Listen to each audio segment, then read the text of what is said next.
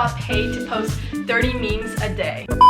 Hey guys, today I'll be sharing how I did a UC to UC transfer. I just wanted to preface by saying that my experience isn't a formula for getting accepted. I just wanted to share my experience because I know that last year when I was applying, I searched up on YouTube tips and advice, things like that, or their experience basically. And I also wanted to make this video because I am going to be a CS major at UC San Diego. When I was trying to search for these informational videos, there weren't many resources where it was CS focused. Like either you are like planning to apply to be CS or you're just trying to transfer in general. I think this video would be informational just to gain insights on how a transfer got in. So my reason is that in 2022, I came in as a cognitive science major at UC Santa Cruz. I wanted to go into UI UX.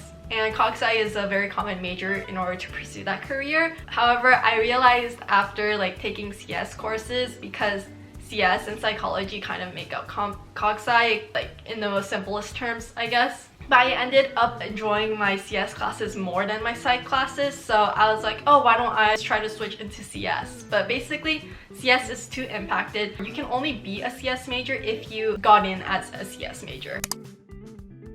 Yeah, so I guess for my stats, also if I'm looking down, it's because my laptop is right here. Actually, I'm just gonna hold it up like this so it's easier. They didn't really ask for a lot of things from high school, except for your test scores. So I didn't include my SAT because it wasn't a very competitive score. But for AP scores, I took AP CSA, AP Psychology, AP Biology, AP Calculus AB, and AP Stats. 3 of those scores were a score of 4, and the remaining 2 scores were a score of 5. As a transfer, I applied with a GPA of 3.9. I would recommend trying to aim for 3.7 or higher. Of course, 4.0 would be the best case, but of course, things happen. And also, I don't want anyone to be discouraged if you guys have a lower GPA than that. That's not the only thing that's factored into your application. There are so many other things that I'll get into later in this video as well. And then I also had all my GEs finished. I think it does have an impact because there's a UC to UC agreement that if you do finish your UCs, or if you do finish your GEs at the current UC that you're at, you don't have to take any of the GEs at the UC that you transfer to. So yeah. And then for the extracurriculars, I'm not gonna list every single one of them. You're allowed to list 20 ECs, but I did maybe 17 or 18, so I guess try to max it out, but of course quality is over quantity. So I guess the most important ones I did, or the ones that meant the most to me, I guess, I was on the executive board for a computer science club. If anyone from GDSC is watching this, better subscribe or click out, please. No, just kidding, I love you guys. I also received 2 scholarships. One was national, which was a pretty big one, and then another one was just within my school, my residential college on campus. And then I also volunteered for a Tech for Good nonprofit organization over the summer, right before I applied last year, basically where I helped build a learning management platform like Canvas for students in Africa. And this one sounds a lot more impressive than it actually was. I kind of just searched up Tech for Good opportunities online. I applied and it just ended up working out like that. I feel these opportunities, you really have to search for them, or else they won't exactly come to you, but if you search for them, it'll be easier. Honestly, that is just logical, but just putting that out there. I just kind of want to add on a similar note. Maybe initially the moment you went to your current school, oh, you just knew oh, I need to transfer, this school is not good enough for me, this school is not the vibe for me, this school is blank, fill in the blank.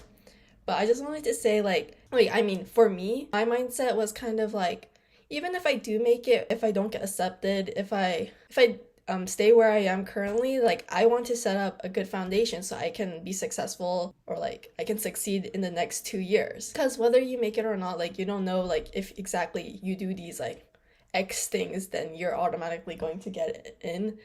But rather doing those things so you're able to form a foundation for your career or whatever you want to do. Yeah, mainly your career, I guess. That's why you're at college, I guess, unless you're a nepo baby and you're just there for fun. Anyways, for CS, I knew career that I want to go into, software engineering, your school name is important, especially when recruiters are looking at it.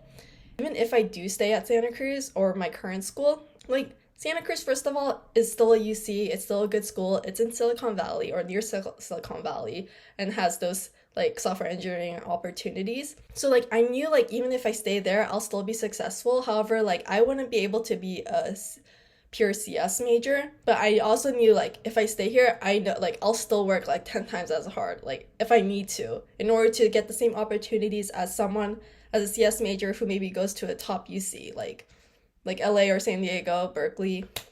I guess the whole point of this message, you kind of have to make do with your situation, just make the most out of it. It sounds very cliche, but honestly, you can't really control everything, and chances are likely everything will work out.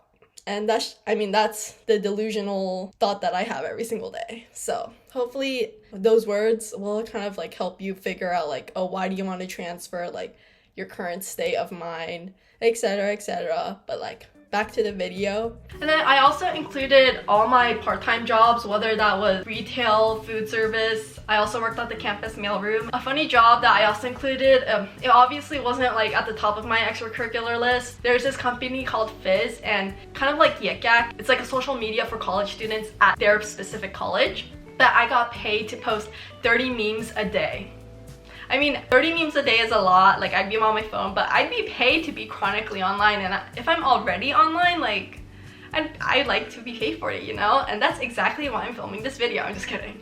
But yeah, I also want to help you guys too. So for these extracurriculars, you put in the activity into a category. So there's work experience, volunteering, and then awards. I really want to point out that like kind of want to focus on adding more volunteer like experiences. When I applied in 2022, I only had one volunteering experience, and it makes sense. Like colleges want to see that, oh, you like want to help other people, like you don't want to just benefit yourself, like, oh, you want to do good in this world. Just keeping that in mind. So anything you've been in the past like 2 years or so, or even longer, just include that in your extracurriculars. And then after that comes essays. So the first one is what every transfer has to respond to. Please describe how you have prepared for your intended major, including your readiness to succeed in your upper division courses once you enroll at the university. And basically for this, I kind of just talked about how I got interested in computer science. So that was just by... sorry.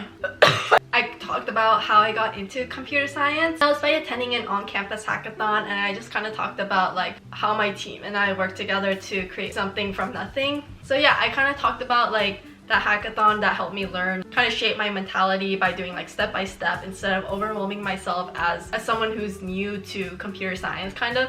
And I also mentioned how I applied that step by step mentality while I was teaching technical workshops as an officer of the computer science club that I became a part of. The second prompt was about leadership, and for this I wrote about my high school volunteering experience where I tutored 18 underrepresented students alongside my AP computer science teacher during like my weekly lunch periods. I also mentioned the story that I wrote about, which is like about the volunteering the 18 students, was what I wrote about when I was answering the prompt for the national scholarship that I won. So I kind of just tied the two together, which I think was a good idea because you also like don't want to just list everything that you've done, but kind of tie it in all together. And then the third one is describe the most significant challenge that you have faced. And this one I won't be sharing because it is very personal, and oh my gosh, my camera is dying. So I'm just gonna speed this up. That one I recommend to be vulnerable, but also focus on what you've learned instead of the actual event and how that helped you become a better person and pursue what you want to do in life. And then the fourth one is how I've